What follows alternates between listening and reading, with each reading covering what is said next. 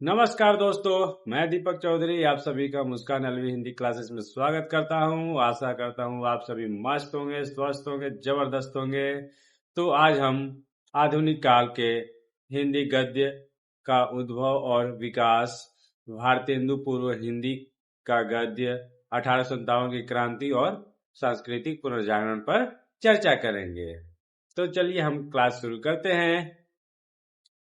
अगर आपको नेट से जुड़ी किसी भी प्रकार की पुस्तक की आवश्यकता है तो आप स्क्रीन पर दिए गए नंबर पर कांटेक्ट कर सकते हैं।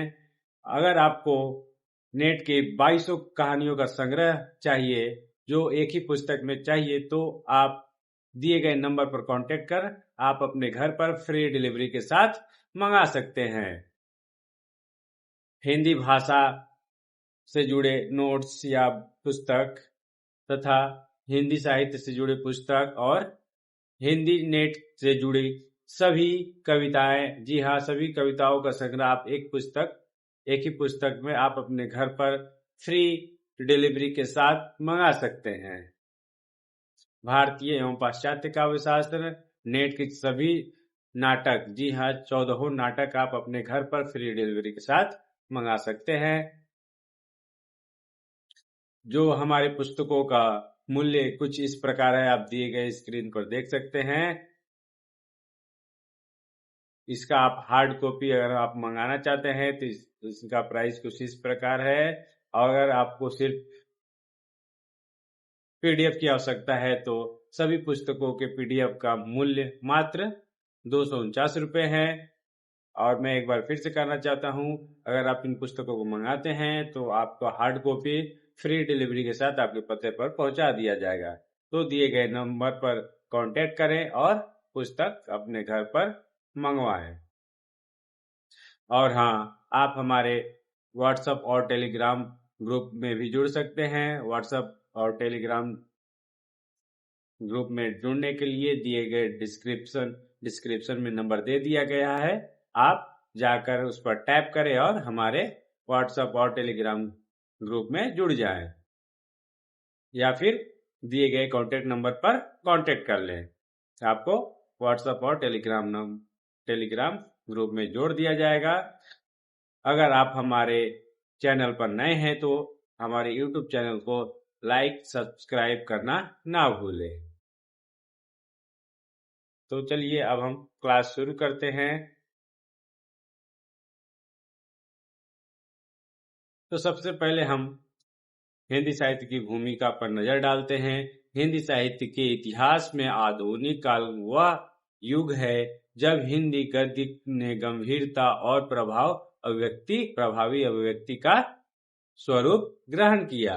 इस काल की शुरुआत भारतेंदु युग से मानी जाती है, जिसे हिंदी गद्य का प्रारंभिक और सर्वाधिक प्रभावित दौर माना जाता है। भारतेंदु हरिश्चंद्र और उनके समकालीन लेखकों ने हिंदी गद्य को न केवल एक ऐतिहासिक माध्यम के रूप में विकसित किया बल्कि समाज में जागरूकता और सुधार की दिशा में भी इसे प्रेरक शक्ति बनाया। 1857 की क्रांति, जिसे भारतीय स्वतंत्रता संग्राम की पहली लड़ाई के रूप में देखा जाता है, इस काल ने हिंदी साहित्य और गद्य पर गहरा प्रभाव डाला। इस समय के लेखक और पत्रकार सामाजिक और राष्ट्रीय चेतना के प्रतीक बने। इसी दौरान सांस्कृतिक पुनर्जागरण ने समाज, धर्म, शिक्षा और राजनीति में नए विचारों का संचार किया। आधुनिक काल का हिंदी गद्य इसी जागरूकता, सामाजिक बदलाव और नवीनीकरण की भावना का दर्पण रहा है।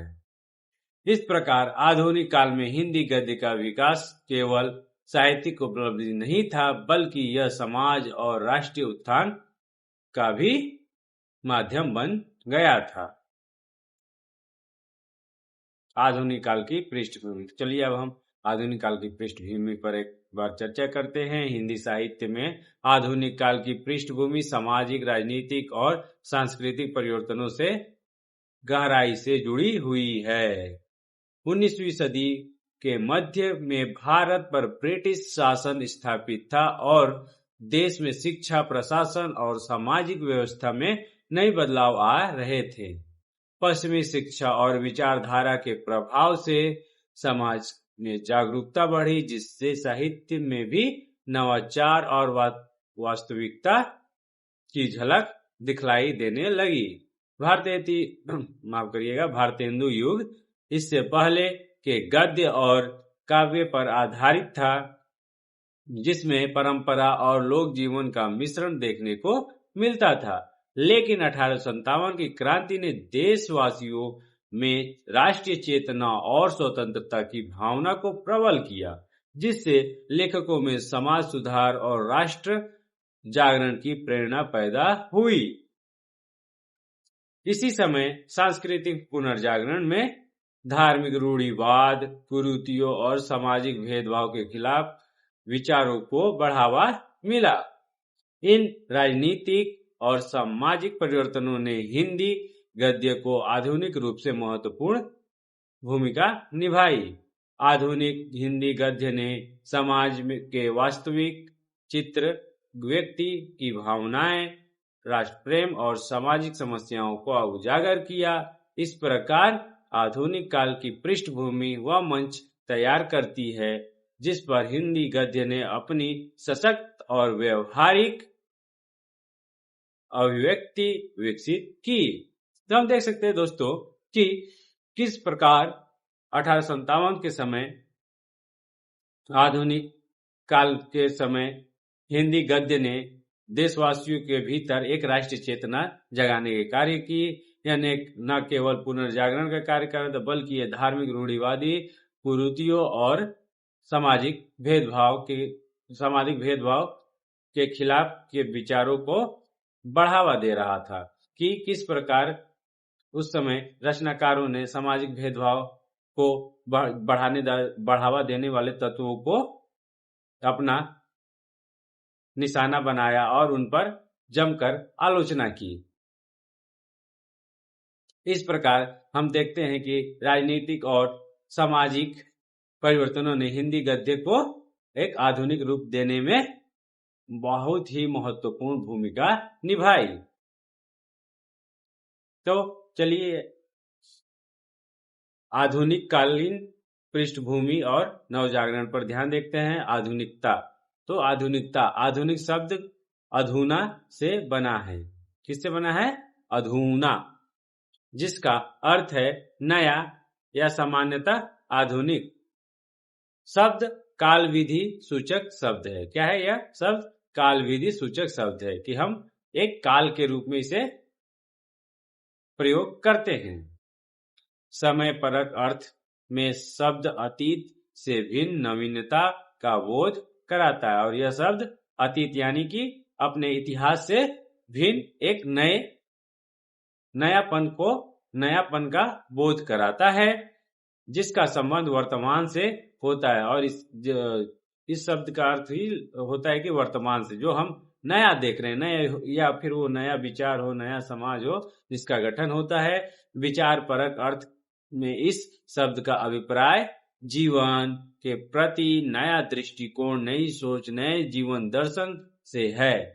रूढ़, जड़, जीर्ण शीर्ण, प्रतिगामी, पिछड़े जीवन मूल्यों को छोड़कर विवेकपूर्ण नए जीवन मूल्यों को अपनाना अथवा परंपरा को गतिशील तत्व स्वीकार कर उसे जीवन से आज की मांग से जोड़ना ही आधुनिकता है। क्या यूं कहें कि जीवन के संबंध प्रत्येक परिस्थिति, विचार और विश्वास आदि के पुनर्मूल्यों का अबोध आधुनिक शब्द से निहित है। अतः कह सकते हैं कि अतीत में भिन्न युग चेतना से उद्भूत नए जीवन मूल्यों की पहचान और उनको ग्रहण कर चलना आधुनिकता है। आधुनिकता का आरंभ। तो आधुनिकता का आरंभ जीवन जगत में जब विज्ञान के विकास के साथ साथ जीवन के प्रति वैज्ञानिक और बौद्धिक दृष्टिकोण आध्यात्मिकता के स्थान पर भौतिकता की प्रधानता, नैतिकता के स्थान पर यथार्थ का आगमन हुआ। जब धर्म, अर्थ,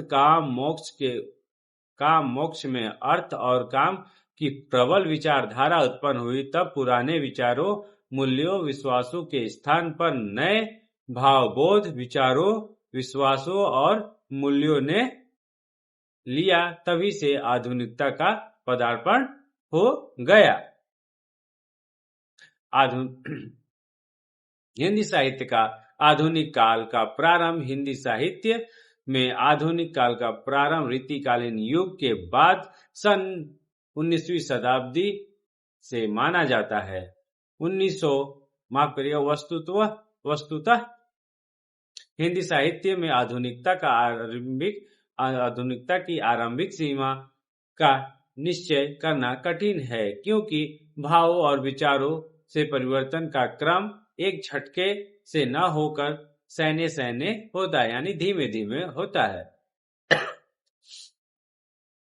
भारतवर्ष में अंग्रेजों के साथ संपर्क तो बहुत पहले से स्थापित हो चुका था, किंतु साहित्य पर इस संपर्क का प्रभाव बहुत बाद में पड़ा।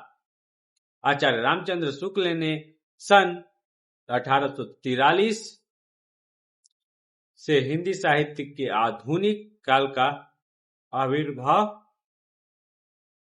आविर्भाव माना है।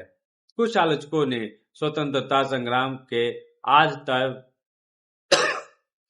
पर सन 1857 को स्वीकारा।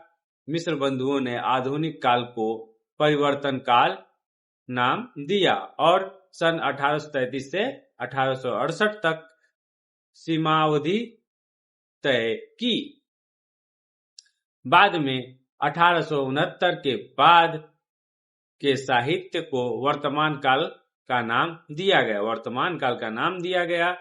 ग्रियर्सन ने भी कंपनी के शासन में हिंदुस्तान तथा विक्टोरिया के शासन में हिंदुस्तान ये दो भाग किए। कंपनी के शासन में हिंदुस्तान तथा विक्टोरिया के शासन में हिंदुस्तान ये दो भाग किए थे। डॉक्टर बच्चन सिंह तथा नगेंद्र ने इसका आरंभ 1857 ईस्वी माना है। डॉक्टर बच्चन सिंह का कहना है कि 1857 से सामंती शक्तियों की सफलता की सारी संभावनाएं समाप्त हो गई और देश के प्रबुद्ध समाज ने नए सिरे से सोचना आरंभ किया। अंग्रेज द्वारा इसी समय से आधुनिकीकरण की नई प्रक्रिया आरंभ हुई। डॉक्टर नगेंद्र 1857 को राष्ट्रीय चेतना और नवजागरण का समय मानकर यहीं से साहित्य में भी नए स्वरों को उभारते हुए दिखाई देते हैं। हजारी प्रसाद द्विवेदी के अनुसार वस्तुतः साहित्य में आधुनिकता का वाहन प्रेस है और उनके प्रचार के सहायक हैं यातायात के समुन्नम साधना। प्रेस होने से पुस्तकों और गद्य का विस्तार हुआ, जिससे प्रजातांत्रिक परिवर्तन आया। आचार्य शुक्ल ने इस युग में गद्य का आविर्भाव एवं विकास को सर्वप्रमुख साहित्यिक घटना मानते हुए इसे गद्य काल की संज्ञा भी दी, परंतु आधुनिक काल को केवल गद्य काल कहना उपयुक्त प्रतीत नहीं होता है। इसमें संदेह नहीं कि आधुनिक काल में गद्य का पर्याप्त विकास हुआ है, परंतु पद्य यानी कि कविता के विकास में भी यह युग न तो सहवर्ती गद्य से ही पीछे है और न ही किसी भी पूर्ववर्ती युग के काव्य से भारतेंदु से लेकर आज तक हिंदी कविता सशक्त, व्यापक एवं आधुनिक एवं प्रभावपूर्ण रूप से विकसित हुई। वस्तुतः गद्य और पद्य दोनों दृष्टियों से हिंदी के आधुनिक काल का साहित्य संपन्न एवं समृद्ध है। अतः इस आधार पर इस युग का नामकरण संगत प्रतीत नहीं होता। आचार्य हजारी प्रसाद द्विवेदी, डॉक्टर गणपति चंद्र गुप्त, डॉक्टर बच्चन सिंह, डॉक्टर रामस्वरूप चतुर्वेदी आदि विद्वानों ने इसे आधुनिक काल नाम ही दिया है, परंतु आज कई समीक्षकों को आधुनिक काल नाम भी असंगत जान पड़ता है। आचार्य शुक्ल द्वारा निर्देशित तथा प्रवर्ती दो भागों में बांट लेना समीचीन होगा। स्वातंत्र्य संघर्ष युग तथा स्वातंत्र्योत्तर युग। डॉक्टर लक्ष्मी सागर वार्ष्णेय ने भारत पर अंग्रेजी अथवा ब्रिटिश शासन होने के कारण इस काल का नाम ब्रिटिश काल सुझाया है, जो मान्य नहीं हो सकता। इस दृष्टि से मध्ययुगीन साहित्य को मुगल नाम देना पड़ेगा। ब्रिटिश काल अथवा मुगल काल हिंदी साहित्य की प्रवृत्तियों के परिचायक नहीं है। ये भारतवर्ष के इतिहास के काल विभाग तो हो सकते हैं, हिंदी साहित्य के नहीं। फलतः सन 1850 से गद्याविधि काल को सामान्यतः आधुनिक काल माना। यहाँ पर गद्याविधि को अद्याविधि लिखा हुआ है, आप ठीक कर लीजिएगा। गद्याविधि काल को सामान्यतः आधुनिक काल कहना उपयुक्त है। डॉक्टर नागेंद्र का कहना है कि आधुनिकता एक मिश्र धारणा है। शब्दार्थ की दृष्टि से आधुनिकता शब्द वर्तमान युग का बोध कराने के साथ उसे प्राचीन से अलग करके एक नए काल खंड के रूप में प्रस्तुत करता है। सो भय जीवन दर्शन पुरातन का त्याग संशोधन तथा आदि विचारपरक अर्थ भी इसमें निहित है। अतः कहा जा सकता है कि वैज्ञानिक और भौतिकतावादी दृष्टिकोण जीवन के संपूर्ण परिवेश के यथार्थ चित्रण के साथ अपनी रचना यात्रा में नए विश्वास और नए साहित्यिक मूल्यों को आगे बढ़ाने वाला यह युग अपने पूर्ववर्ती युगों से भिन्न है। इसलिए प्रत्येक दृष्टि से इसे आधुनिक काल का नाम देना सर्वथा सार्थक है। अतः हिंदी साहित्य का आधुनिक काल के काव्य का विभाजन इस प्रकार किया जा सकता है।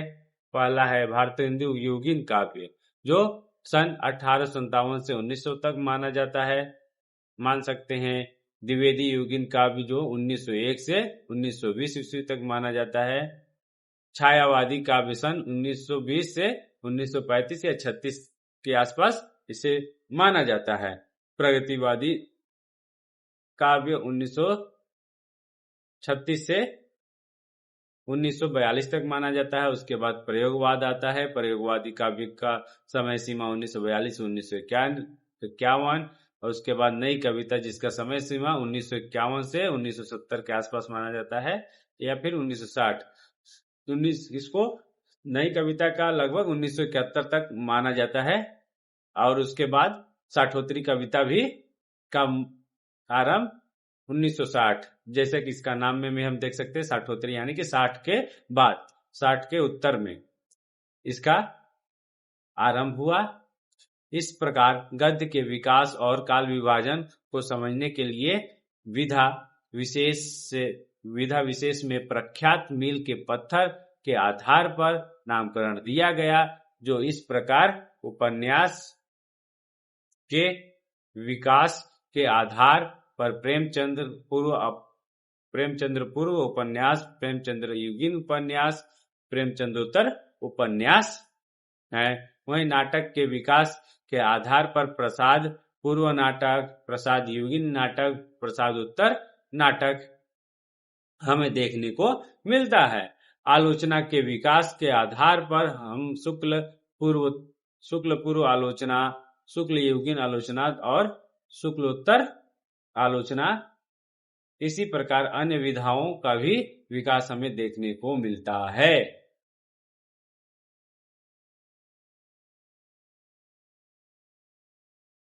तो अगली कड़ी है हिंदी रचना, माफ करिएगा, साहित्य रचना अनेक उद्देश्यों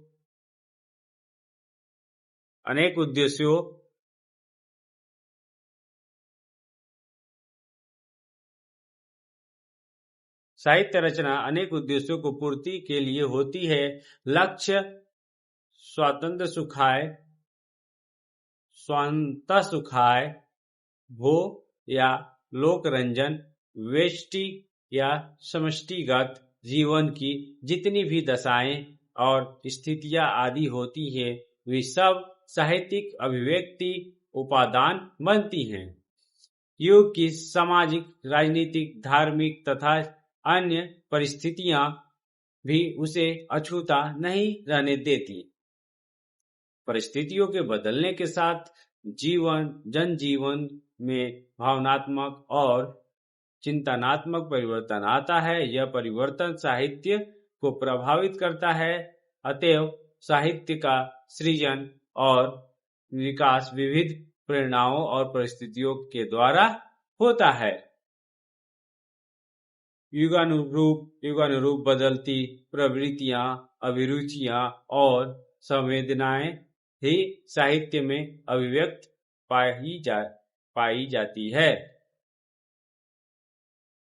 पाती है। आधुनिक हिंदी साहित्य इसे स्पष्ट करता है। भारत ही नहीं, संपूर्ण विश्व के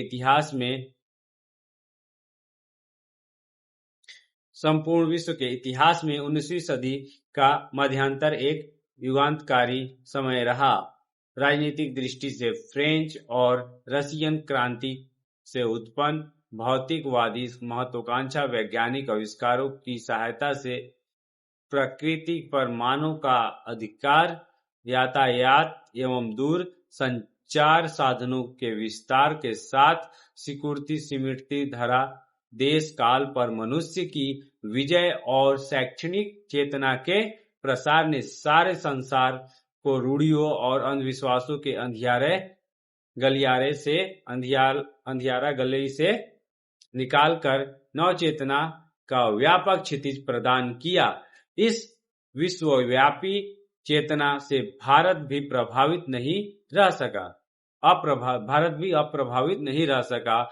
यहाँ भी नव चेतना के एक नए युग का सूत्रपात हुआ। एक सर्वांगीण नव चेतना अथवा नवजागरण का आरंभ हुआ। सर्वांगीण नव चेतना अथवा नवजागरण का आरंभ हुआ। हिंदी साहित्य के इतिहास का मध्यकाल भारतवर्ष में तुर्क, अफगान एवं मुगल राज्य की स्थापना, उत्थान एवं पतन का युग था और आधुनिक काल सन 1850 से अद्यावधि ब्रिटिश शासन की प्रतिष्ठा एवं समाप्ति का युग रहा। एवं स्वतंत्रता भारत की नव चेतना भी आधुनिक युग के साहित्य में अभिव्यक्त हुई है। इस प्रकार स्वाधीनता के संघर्ष तथा स्वाधीनता प्राप्ति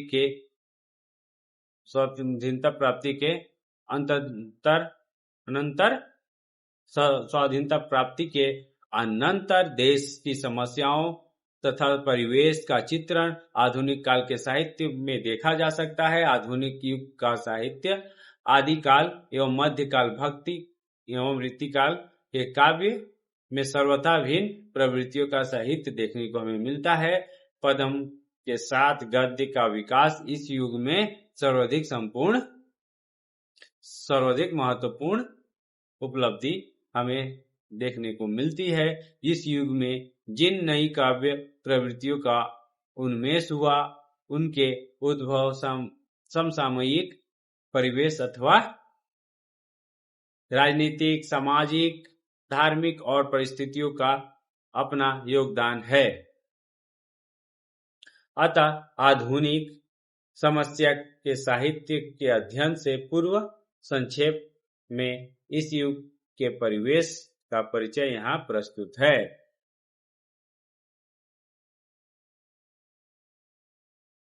राजनीतिक परिस्थितियां। राजनीतिक परिस्थितियां आधुनिक काल के आरंभ के साथ साथ अंग्रेजों की ईस्ट इंडिया कंपनी का शासन सारे भारत में फैल चुका था। इस कंपनी का प्रभुत्व ज्यों-ज्यों बढ़ता गया त्यों-त्यों उसके अधिकारियों के भारतवासियों पर अत्याचार भी बढ़ते गए। लैप्स की नीति द्वारा अंग्रेजों ने भारतीय देशों राज्यों को कंपनी को साम्राज्य में मिलाना आरंभ किया। सन 1859 झांसी को भी इस नीति के अनुसार कंपनी ने अपने हाथ में ले लिया। देसी राजा और प्रजा कंपनी के शासन से भयभीत थे।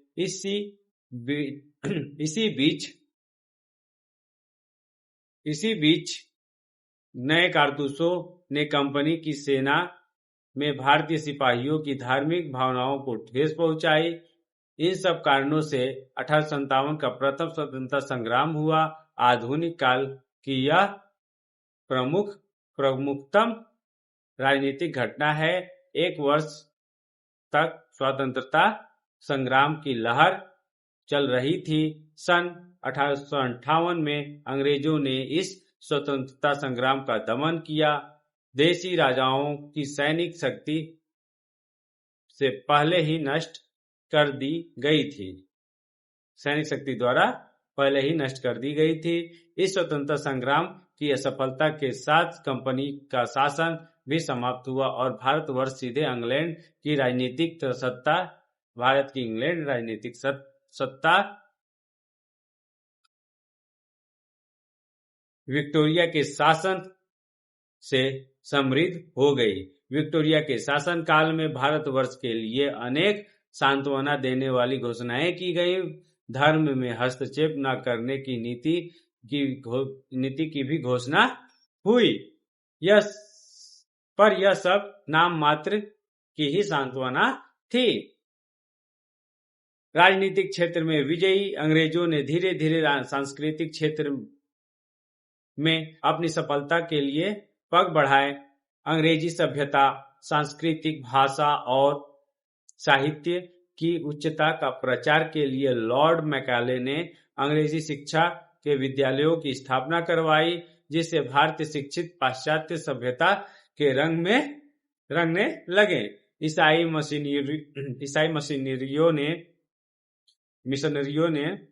मिशनरियों ने ईसाईयत का प्रचार किया। इस प्रकार प्रशासनिक सुधारों के साथ साथ पाश्चात्य संस्कृति का प्रचार अंग्रेजों द्वारा होने लगा। धीरे धीरे उनकी शोषण नीति पर भी प्रकट होने लगी। भारतीय युग के संस्कृति का प्रचार अंग्रेजों द्वारा होने लगी। धीरे धीरे उनकी शोषण नीति भी प्रकट होने लगी। भारतीय युग के कवियों ने इसलिए अंग्रेज राज सुख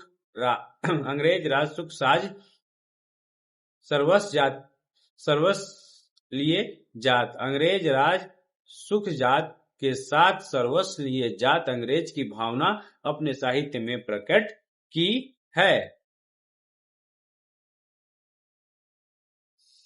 देश में राजनीतिक चेतना का प्रतीक इंडियन नेशनल कांग्रेस की स्थापना सन 1885 में हुई। आरंभ में भारतीय प्रशासकीय कार्यों में सहयोग देना इसका उद्देश्य था, परंतु बाद में बाल गंगाधर तिलक जैसी प्रतिभाओं के आगमन से इसकी विचारधारा में परिवर्तन हुआ था। इसका उद्देश्य स्वाधीनता की प्राप्ति हो गया। सन 1905 में बंगभंग के कानून से भारतीय स्वतंत्रता की प्राप्ति की भावना को तीव्रता मिली। अनेक क्रांतिकारियों संस्थाओं का निर्माण होने लगा, जिनका उद्देश्य अंग्रेजों से भारत को स्वतंत्रता दिलाना था। इन संस्थाओं से संबंधित कर्णधारों में तिलक, अरविंद घोष, रासबिहारी बोस, चंद्रशेखर आजाद आदि का उल्लेख देखने को मिलता है। सन 1914 में प्रथम विश्व युद्ध में भारतीयों ने अंग्रेजों को सहयोग दिया, परंतु सन 1919 में युद्ध समाप्ति पर उस सहयोग के बदले इनको अंग्रेजों की दमन नीति का शिकार होना पड़ा। जालियांवाला बाग इसका ज्वलंत उदाहरण है। सन 1920 में कांग्रेस की बागडोर गांधी जी की अतिरिक्त लाला लाजपत राय, मोतीलाल नेहरू आदि का सहयोग भी एवं कांग्रेस को प्राप्त सहयोग के रूप में दो रूप थे: विदेशी शासकों के साथ असहयोग और विदेशी वस्तुओं का बहिष्कार। इस प्रकार इस आंदोलन का मुख्य कार्य स्वदेशी प्रचार था। हम क्या कर रहे थे? विदेशी शासकों का अस्वीकार कर रहे थे, उनकी योजनाओं को हम अस्वीकार कर रहे थे और साथ ही साथ विदेशी वस्तुओं का बहिष्कार करना शुरू कर देते और इसके स्थान पर हम स्वदेशी वस्तुओं का प्रचार करने लगे और उसको प्रयोग में हम लाने लगे। नमक कर विरोध, सविनय अवज्ञा आंदोलन आदि कांग्रेस द्वारा प्रचालित कार्यक्रमों पर देशभक्त चलते रहे। इसके लिए बड़े बड़े नेताओं ने गिरफ्तारी दी, परंतु अंग्रेजों का दमन बढ़ता रहा। सन 1920 से 30 तक अंग्रेजों की कूटनीति का दमन चक्र बड़ी तीव्रता से चला। हिंदू मुस्लिम सांप्रदायिकता, भाषा संबंधी झगड़े, मुस्लिम लीग की स्थापना, गणेश शंकर विद्यार्थी का बलिदान आदि घटनाएं इसी युग की है। सन 1930 में नेहरू की अध्यक्षता में कांग्रेस ने स्वराज्य के लक्ष्य की प्रथम घोषणा की।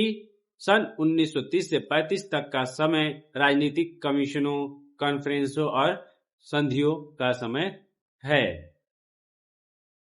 सन 1930 से 35 तक का समय राजनीतिक कमीशनों, कॉन्फ्रेंसों और संधियों का समय रहा। 1936 के कांग्रेस अधिवेशन में जवाहरलाल नेहरू ने समाजवादी विचारधारा को प्रकट किया। सन 1937 में भारत के अधिकतर प्रांतों में कांग्रेस के मंत्रिमंडल बने। 1938 के कांग्रेस अधिवेशन में सुभाष चंद्र बोस ने अध्यक्ष पद से बोलते हुए देश की निर्धनता को दूर करने तथा भूमि संबंधी नीति में परिवर्तन पर अपने विचार प्रकट किए। सन 1939 के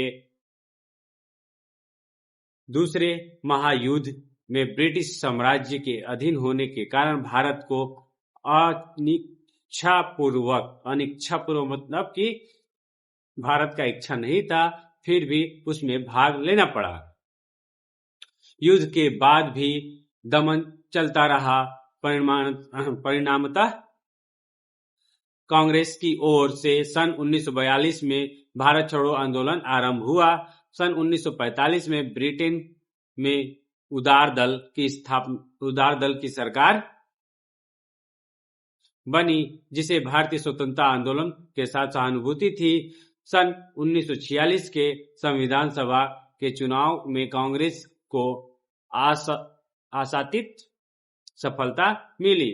कांग्रेस इस सफलता से मुस्लिम लीग के नेता जिन्ना बहुत परेशान हुए। उनकी घृणात्मक नीति के फलस्वरूप कलकत्ता, नोआखली, बिहार आदि में दंगे हुए। 15 अगस्त 1947 को भारत स्वतंत्र हुआ। साथ ही पाकिस्तान को भी पृथक राजनीतिक सत्ता प्राप्त हुआ। साहित्यकारों ने इस स्वतंत्रता का स्वागत किया तथा विभाजन पर दुख प्रकट किया। स्वतंत्रता संघर्ष युगीन साहित्य में देश प्रेम, राष्ट्रीयता, स्वतंत्रता प्राप्ति की भावना एवं जन जागरण के स्वर प्रमुख रूप से मिलते हैं।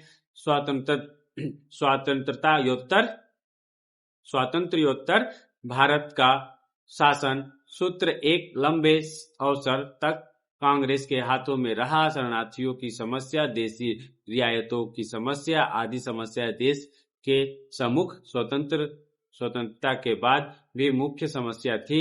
सरदार पटेल के प्रयत्नों से देश की रियासतों का भारत में विलय हुआ। जनवरी 1948 में गांधी जी की हत्या हुई।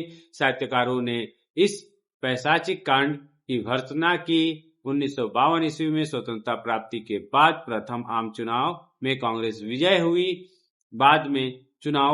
बाद के चुनाव में भी कांग्रेस को बहुमत मिलता रहा। सामुदायिक विकास योजना द्वारा कांग्रेस की समस्याओं के समाधान के लिए प्रयत्नशील रही। सन 1962 में चीन द्वारा भारतीय सीमा पर आक्रमण, सन 1965 में पाक के साथ संघर्ष और सन 1971 में स्वतंत्र बांग्लादेश की स्थापना आदि स्वतंत्रता के बाद की प्रमुख घटनाएं हैं। सन 1977 में विभिन्न राजनीतिक दलों ने मिलकर केंद्रीय शासन की बागडोर संभाली, पर वे बहुत देर तक सफल न रह सके। पुनः कांग्रेस की शासन व्यवस्था स्थापित हुआ, परंतु राजीव गांधी की हत्या के बाद पुनः किसी एक पार्टी को बहुमत नहीं मिला। संप्रति अटल बिहारी ने नेतृत्व में विविध राजनीतिक दलों की सरकार शासन की बागडोर संभाले थे। इसे आतंकवाद की समस्या से जूझना पड़ रहा है। कांग्रेस शासन में स्वतंत्र भारत की राजनीतिक चेतना राष्ट्रीय एवं अंतर्राष्ट्रीय विकसित हुई। भारत की राजनीति समाजवादी दृष्टि को लेकर चल रही है। व्यापक रूप से अंतर्राष्ट्रीय का सजग साझेदारी रहे। अंतर्राष्ट्रीयता का सजग साझेदारी रहा। इस प्रकार आधुनिक युग राजनीतिक दृष्टि से उथल पुथल का युग रहा। स्वतंत्रता के बाद भारत ने अंतर्राष्ट्रीय आंदोलनों में भी सक्रिय भाग लिया। हिंदी साहित्य की कविता, उपन्यास, कहानी, नाटक आदि सभी विधाओं में इस राजनीतिक उथल पुथल का किसी न किसी रूप में चित्रण हमें देखने को मिलता है। सामाजिक परिस्थितियां, तो आधुनिक काल की सामाजिक परिस्थितियों पर एक बार हम नजर डालते हैं। सामाजिक परिस्थितियां भारत के सामाजिक जीवन में आधुनिक काल में जो चेतना आई उसका कारण आलिंगन भारतीय संस्कृतियों का संपर्क है। सामाजिक क्षेत्र में अनेक परंपराओं एवं अंधरूढ़ियों का प्रचलन था, जिसमें सती प्रथा, नर बलि, बाल हत्या, बाल विवाह, विधवा विवाह निषेध, बहु विवाह आदि प्रमुख इन अंध परंपराओं के कारण हिंदू समाज की स्थिति शोचनीय थी। अंग्रेजी शासन ने कई कानून बनाकर सती प्रथा, नर बलि,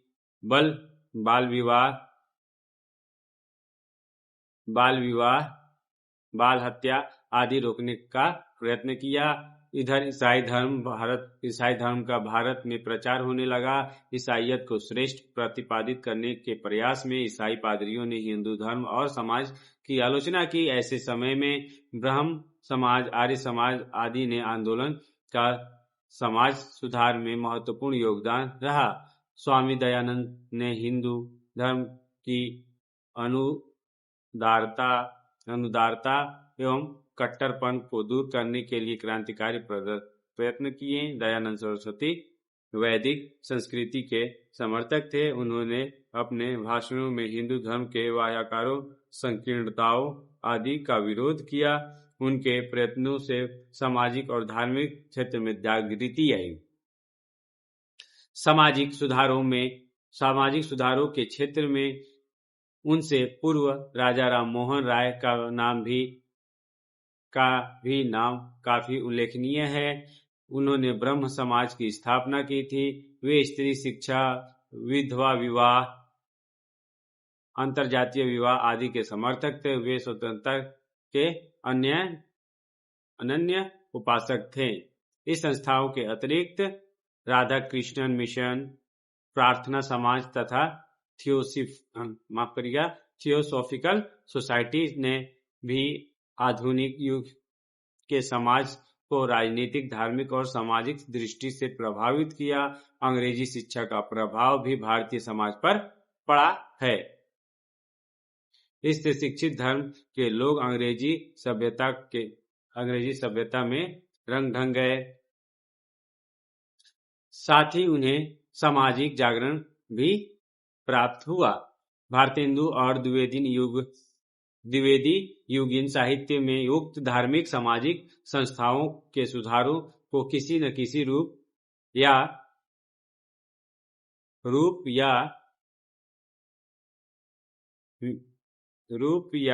में अभिव्यक्ति मिली है। यहाँ पर कुछ शब्द मिस्टेक हैं। इस युग में अरविंद, रविंद्र और गांधी के विचारों का समाज पर विशेष प्रभाव रहा। गांधी ने अछूतोद्धार के लिए कई आंदोलन किए और उन्होंने जातिगत संकीर्णताओं से हिंदू समाज को मुक्त करने का प्रयत्न किया। उनसे पहले अरविंद घोष और रविंद्रनाथ ने मानवतावादी भावनाओं का प्रचार किया। इस प्रकार इस युग में सामाजिक व्यवस्था में कई ठोस परिवर्तन हुए। सन 1935 के बाद सामाजिक क्षेत्र में समाजवादी विचारधाराओं ने देश की सामाजिक व्यवस्था को प्रभावित किया, जिससे परिणाम स्वरूप शोषित वर्ग, कृषक और श्रमिक वर्ग की स्थिति में क्रांतिकारी परिवर्तन हुए। प्रगतिवादी साहित्य में देश के शोषित वर्ग तथा मध्य वर्ग की विपन्नता का चित्रण देखने को मिलता है। वर्ग वैषम्य के कारण वर्ग संघर्ष भी हुए। भारतीय जनता में आर्थिक विपन्नता के बाद भी स्वतंत्रता के लिए तीव्र इच्छा थी। सामाजिक जीवन में मध्य वर्ग का स्वरूप इसी युग में उभरा है। स्वतंत्रता के लिए तीव्र इच्छा थी। सामाजिक जीवन में मध्य वर्ग का स्वरूप भी इसी युग में उभरा। स्वतंत्रता की तीव्र इच्छा थी। सामाजिक जीवन में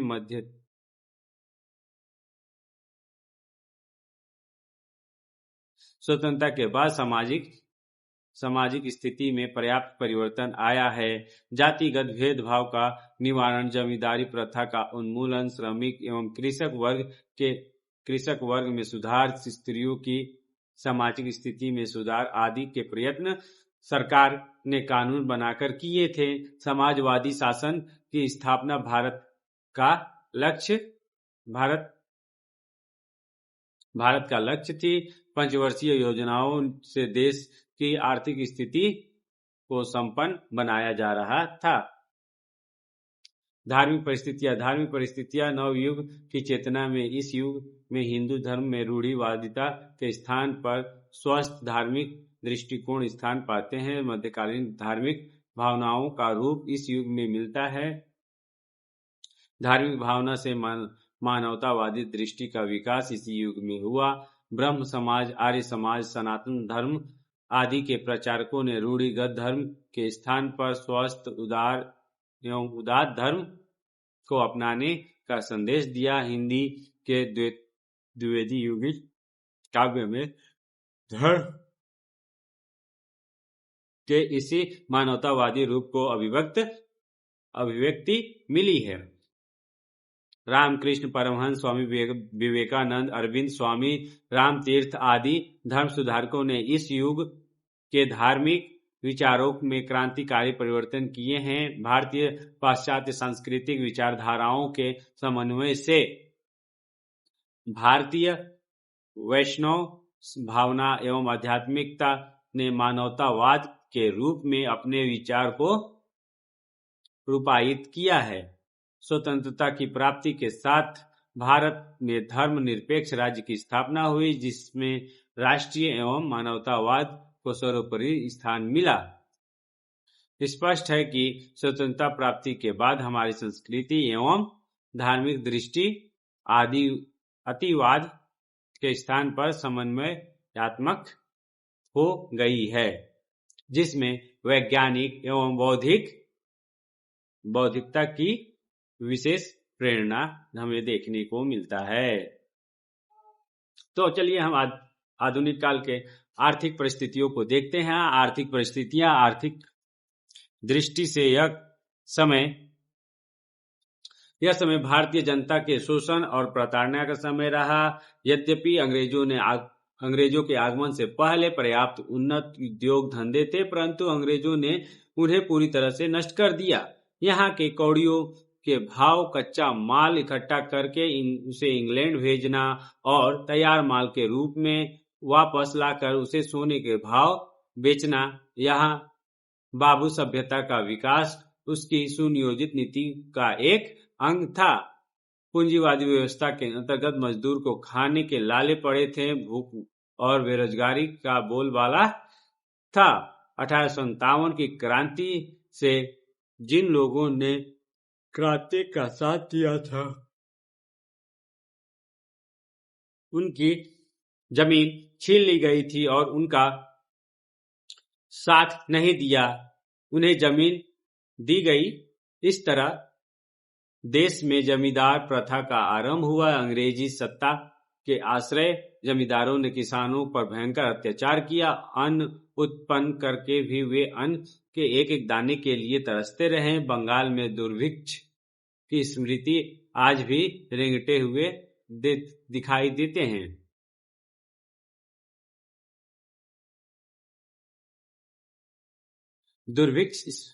बंगाल की दुर्भिक्ष स्मृति आज भी रोंगटे खड़े कर देती हैं। दूसरे महायुद्ध के बाद फैली महंगाई ने जन सामान्य की कमर तोड़ डाली थी। इस प्रकार स्वतंत्रता पूर्व देश पूरी तरह अभावग्रस्त और जीर्ण जर्जित था। स्वतंत्रता के बाद पंचवर्षीय योजनाओं आदि के माध्यम से आर्थिक पुनर्निर्माण की गतिविधियां आरंभ हो सकी थी। तो चलिए अब हम सांस्कृतिक पृष्ठभूमि को देखते हैं और समझते हैं कि किस प्रकार की सांस्कृतिक पृष्ठभूमि हमें आधुनिक काल में देखने को मिल रही थी। तो सांस्कृतिक पृष्ठभूमि हिंदी साहित्य के आधुनिक काल की पृष्ठभूमि पर विचार करते हुए देश की सांस्कृतिक परिस्थितियों पर विचार करना प्रासंगिक होगा। तत्कालीन सामाजिक विकृतियों की टकराहट ने 19वीं सदी के अंत में तथा 20वीं सदी के प्रारंभ में भारतीय जनता में राष्ट्रीय जागरण और सांस्कृतिक अस्मिता के बोध की प्रेरणा जगाई। अंग्रेजी शासन की रीति नीति, शिक्षा आदि की व्यापक प्रतिक्रिया के फलस्वरूप देश की सांस्कृतिक जागरण की एक लहर आई। देश में एक सांस्कृतिक जागरण की लहर आई। उत्तर भारत में धर्म प्रचार के लिए ईसाई मिशन बहुत पहले ही भारत आ चुके थे, लेकिन अंग्रेजों ने धर्म प्रचार के उद्देश्य से शिक्षा पर विशेष बल दिया। अंग्रेजी शिक्षा प्रदान करने के उद्देश्य से अनेक स्कूल कॉलेज खोले गए। बाइबिल का भारतीय भाषाओं में अनुवाद किया गया। अंग्रेजी शिक्षा देने के उद्देश्य से कोलकाता में सन 1801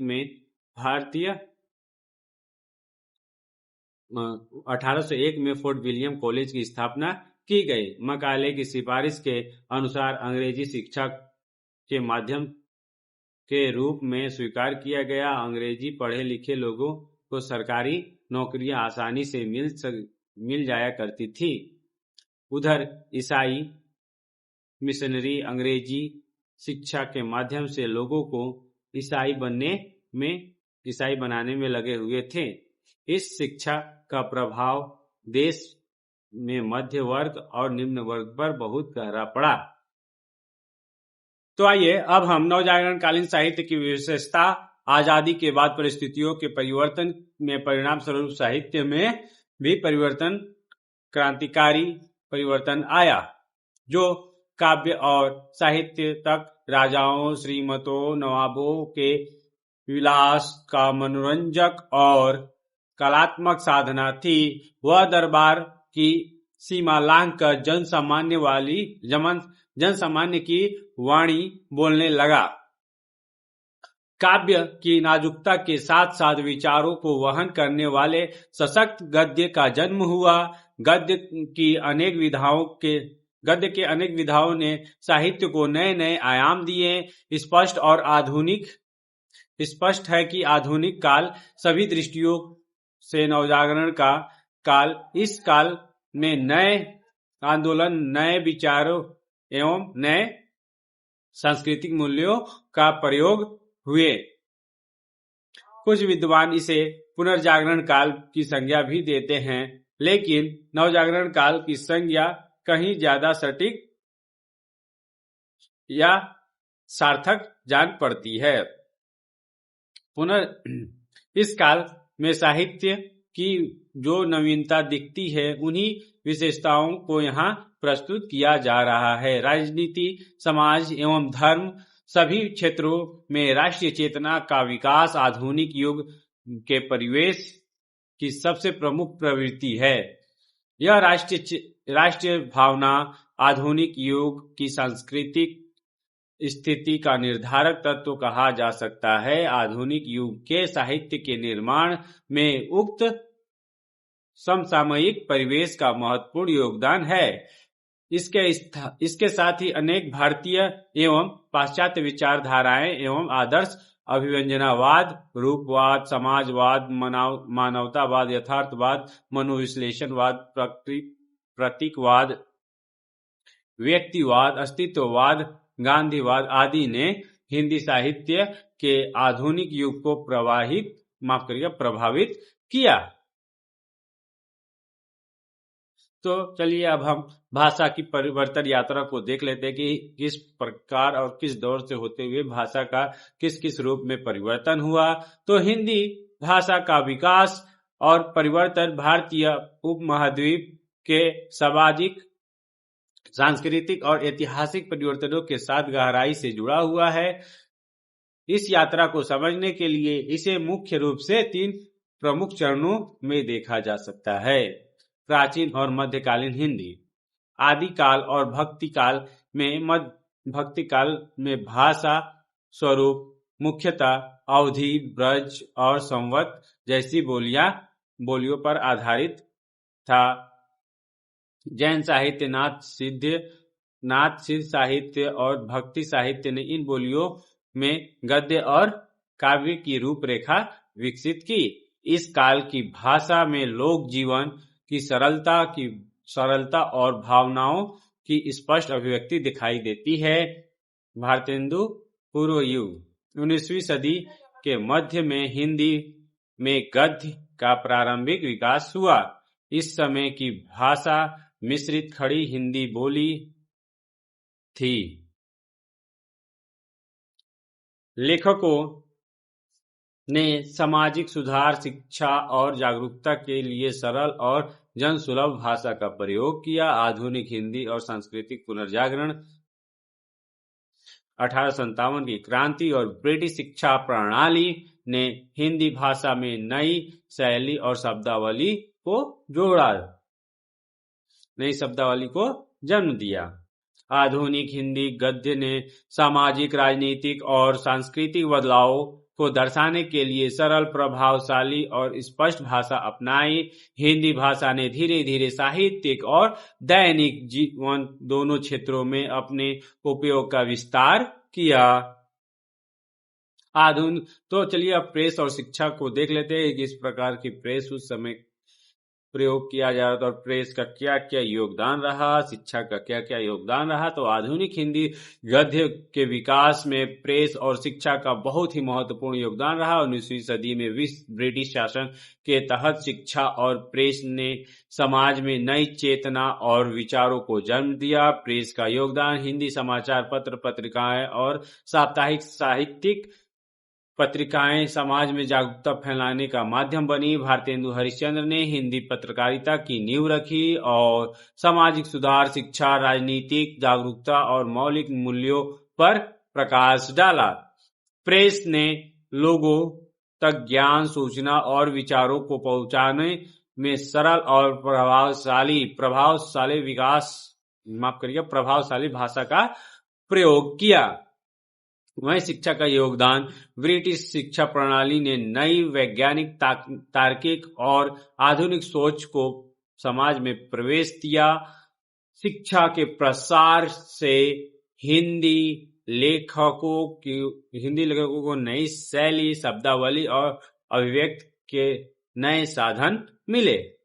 शिक्षित समाज ने साहित्य में नए विषयों जैसे सामाजिक सुधार, स्वतंत्रता, समानता पर ध्यान केंद्रित किया।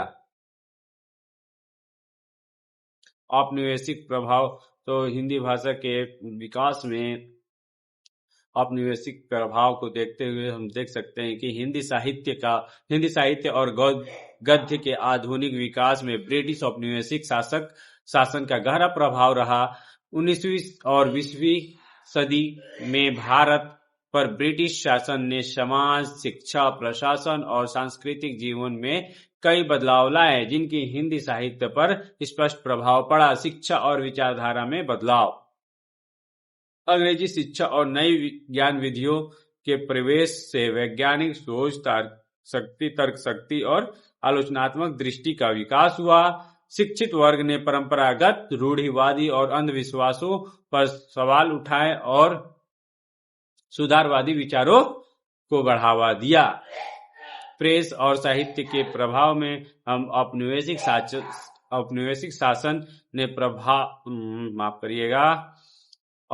शासन ने समाचार पत्र और पत्रिकाओं के प्रसार को बढ़ावा दिया, जिससे जनता तक राजनीतिक और सामाजिक जानकारी पहुंची। लेखकों ने स्वतंत्रता, समानता और सामाजिक सुधार जैसे विषयों को अपने साहित्य का माध्यम बनाया। सामाजिक और सांस्कृतिक प्रभाव, औपनिवेशिक प्रभाव में सामाजिक और सांस्कृतिक प्रभाव। औपनिवेशिक शासन ने जाति, धर्म और सामाजिक परंपराओं पर पुनर्विचार को प्रेरित किया। हिंदी साहित्य में नए सामाजिक विषय जैसे महिला शिक्षा, दास प्रथा का विरोध और सामाजिक समानता उभरकर सामने आते हैं। भाषा और शैली पर प्रभाव, औपनिवेशिकता का भाषा और शैली पर प्रभाव हमें कुछ इस प्रकार देखने को मिलता है कि अंग्रेजी साहित्य और प्रेस के प्रभाव से हिंदी गद्य में नई शब्दावली, सरल अभिव्यक्ति और आधुनिक शैली का विकास हुआ। लेखकों ने पुरानी, जटिल और पारंपरिक शैली के स्थान पर जनसुलभ और प्रभावशाली भाषा अपनाई। तो चलिए हम अब देखते हैं 1857 की प्रस्तावना। तो 1857 की क्रांति, जिसे भारतीय स्वतंत्रता संग्राम की पहली लड़ाई या सिपाही विद्रोह भी कहा जाता है, भारतीय समाज और साहित्य पर गहरा प्रभाव डालने वाली ऐतिहासिक घटना थी। यह क्रांति ब्रिटिश शासन के अत्याचार, राजनीतिक और आर्थिक शोषण, धार्मिक और सामाजिक असंतोष के कारण उभरी। इस समय के लेखकों और समाज सुधारकों ने क्रांति की घटनाओं और राष्ट्र प्रेम की भावना को साहित्य में उजागर किया। 1857 ने हिंदी साहित्य, विशेषकर गद्य और पत्रकारिता को नई दिशा दी। इसके माध्यम से लेखक समाज में जागरूकता फैलने लगी और साहित्य में राष्ट्रीय चेतना और स्वतंत्रता की भावना प्रबल हुई। मुख्य बिंदु हमें कुछ इस प्रकार देखने को मिलते हैं कि ब्रिटिश शासन ने अत्याचार और आर्थिक शोषण ब्रिटिश सरकार के अत्याचार और आर्थिक शोषण ने विद्रोह की आग को भड़का दिया। सैनिक और आम जनता दोनों ने मिलकर स्वतंत्रता के लिए संघर्ष किया। साहित्यकारों ने इस विद्रोह को प्रेरणा स्रोत मानकर सामाजिक सुधार, शिक्षा और राष्ट्रीय जागरण पर लेखन शुरू किया। वहीं इस क्रांति ने हिंदी गद्य में आधुनिक, जनसुलभ भाषा और व्यवहारिक अभिव्यक्ति को बढ़ावा दिया। 1857 की क्रांति केवल एक राजनीतिक घटना नहीं थी, बल्कि यह हिंदी साहित्य और समाज में नव चेतना और आधुनिक विचारों की शुरुआत का एक प्रतीक भी था। वहीं राष्ट्रवाद और भाषा जागरण को देखने को मिलता है, जो आधुनिक गद्य और साहित्य में राष्ट्रवाद और भाषा जागरण का गहरा संबंध रहा है। 19वीं सदी के उत्तरार्ध और 20वीं सदी के शुरुआत में भारतीय समाज में चेतना राष्ट्रीय चेतना बढ़ने लगी थी। अंग्रेजी शासन के खिलाफ विरोध और स्वतंत्रता की लड़ाई ने लोगों में देशभक्ति की भावना को मजबूत किया। इसी समय हिंदी भाषा ने एक सांस्कृतिक और राष्ट्रीय पहचान का माध्यम बनने का काम किया। लेखक और पत्रकार हिंदी के माध्यम से समाज में जागरूकता फैलाने लगे और जनता को अपनी मातृभाषा, संस्कृति और परंपराओं के प्रति सजग किया। राष्ट्रवाद के इस प्रभाव से हिंदी साहित्य में स्वतंत्रता, सामाजिक सुधार, शिक्षा और समानता जैसे विषय प्रमुख रूप से उभरे। भाषा जागरण ने न केवल साहित्य को जनसुलभ और प्रभावशाली बनाया, बल्कि लोगों में अपनी सांस्कृतिक धरोहर के प्रति गर्व और राष्ट्र प्रेम की भावना को भी प्रबल किया। इस प्रकार राष्ट्रवाद और भाषा जागरण ने हिंदी साहित्य को सामाजिक चेतना और आधुनिकता की दिशा में आगे बढ़ाने में महत्वपूर्ण भूमिका निभाई। तो देखते हैं कि भारतेंदु पूर्व गद्यारंभ, भारतेंदु से पूर्व गद्य का किस प्रकार आरंभ हुआ, चलिए देखते हैं। तो हिंदी साहित्य में गद्य का प्रारंभ भारतेंदु हरिश्चंद्र से पहले देखा जाए तो इसे भारतेंदु पूर्व गद्यारंभ भी कहा जाता है। इस युग में हिंदी गद्य अधिकतर लोक भाषा और मिश्रित शैली में लिखा जाता था। लेखक का मुख्य उद्देश्य सामाजिक, धार्मिक और नैतिक संदेश देना था। वहीं जैन, नाथ और भक्ति साहित्यकारों ने गद्य और काव्य में लोक जीवन, नैतिकता और धार्मिक कथाओं का सरल और सुबोध रूप प्रस्तुत किया।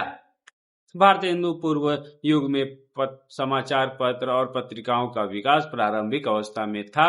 इस समय के लेखकों ने समाज में शिक्षा और जागरूकता फैलाने के लिए सरल और जनसुलभ भाषा का प्रयोग किया। गद्य में कहानी, संवाद और वर्णनात्मक शैली का प्रयोग हुआ, लेकिन यह अभी भी काव्यात्मक प्रभाव और पारंपरिक शैली से पूरी तरह मुक्त नहीं था। इस युग ने आधुनिक हिंदी गद्य के लिए नींव रखी और समाज सुधार, शिक्षा और जागरूकता जैसे विषयों को साहित्य में लाने की परंपरा शुरू की। भारतेंदु पूर्व गद्य ने हिंदी साहित्य में गद्य लेखन को जनसुलभ और व्यवहारिक बनाने की दिशा में पहला कदम रखा। यह काल आधुनिक हिंदी गद्य के विकास की आधारशिला साबित हुआ। लल्लू लाल व प्रेम सागर। जी हाँ, लल्लू लाल और प्रेम सागर हिंदी साहित्य के आधुनिक काल यानी नवजागरण काल के महत्वपूर्ण काव्य और गद्य रूप है।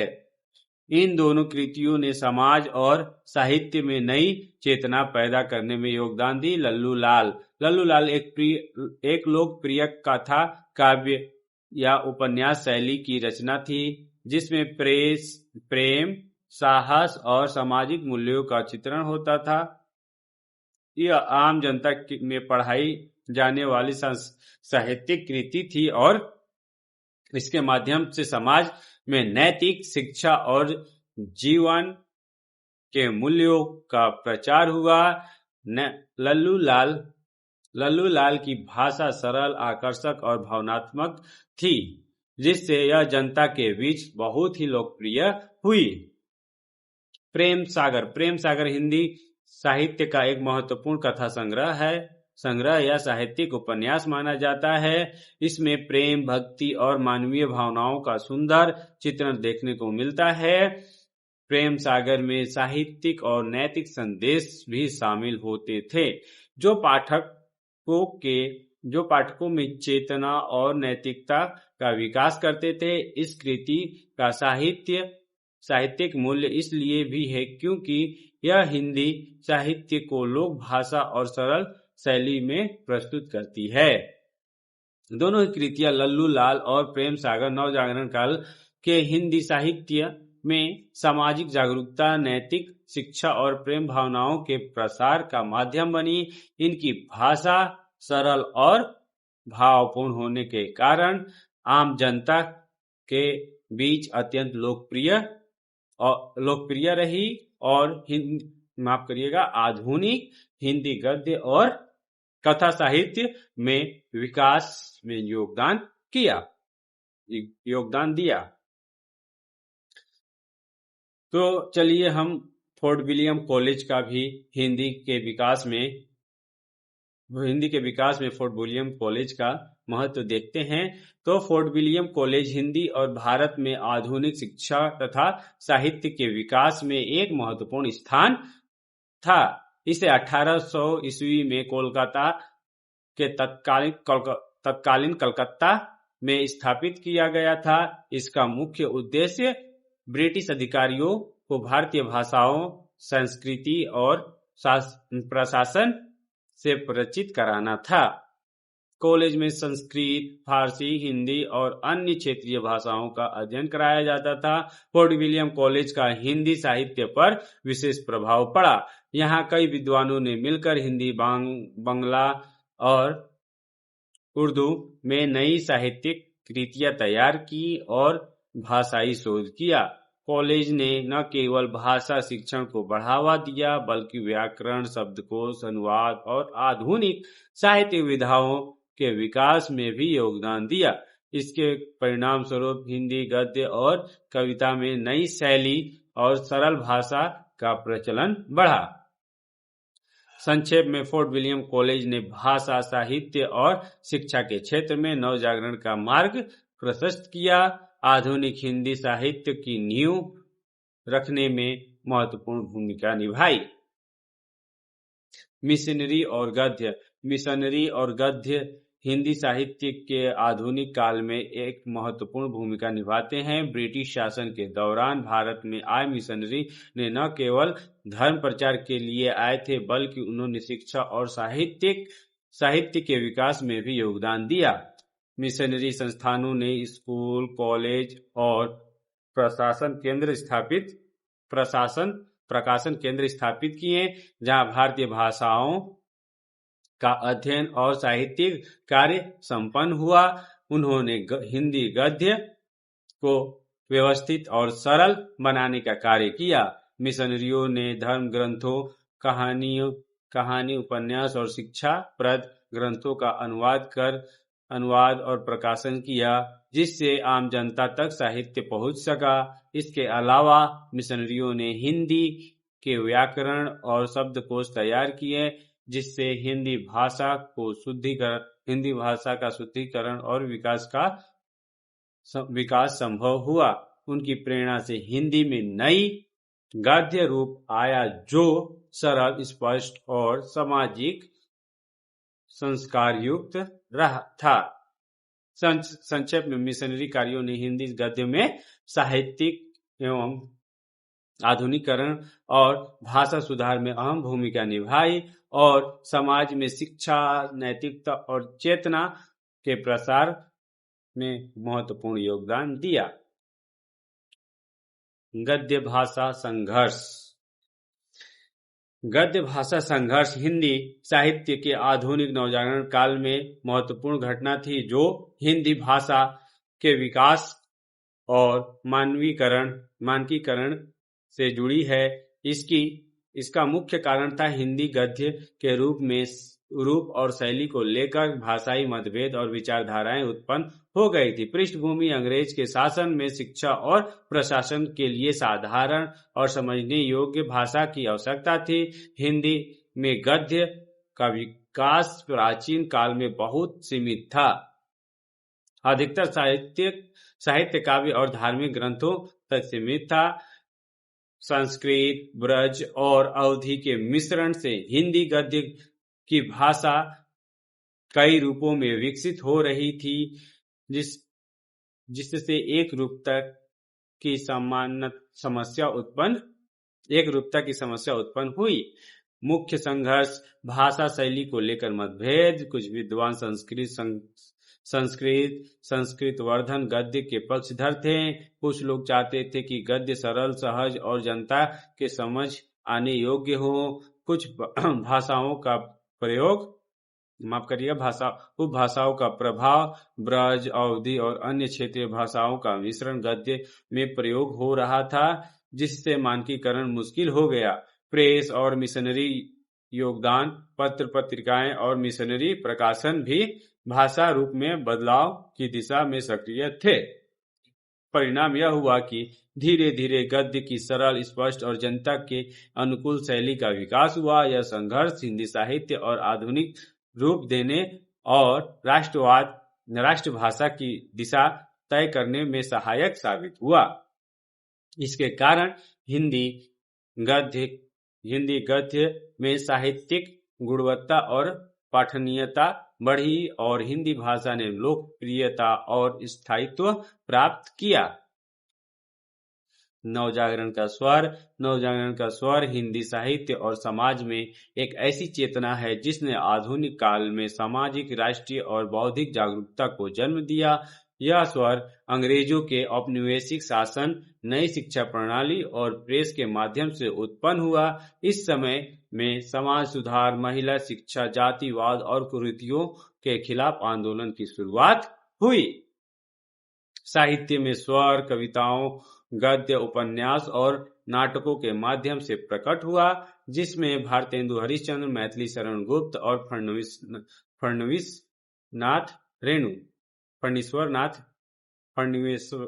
फणीश्वरनाथ रेणु जैसे लेखकों का विशेष योगदान रहा। नवजागरण स्वर की विशेषता समाज सुधार, राष्ट्रवाद, आधुनिक सोच और विज्ञान के प्रति जागरूकता है।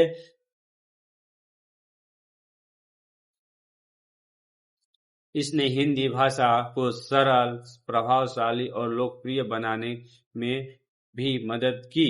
कुल मिलाकर नवजागरण स्वर ने न केवल साहित्यिक दिशा ही नहीं बदली, बल्कि भारतीय समाज में बदलाव और जागरूकता की नींव रखी। तो अगर आपको यह क्लास पसंद आया हो तो कृपया हमारे चैनल को सब्सक्राइब करें और इस वीडियो को लाइक करना ना भूलें। बहुत बहुत धन्यवाद।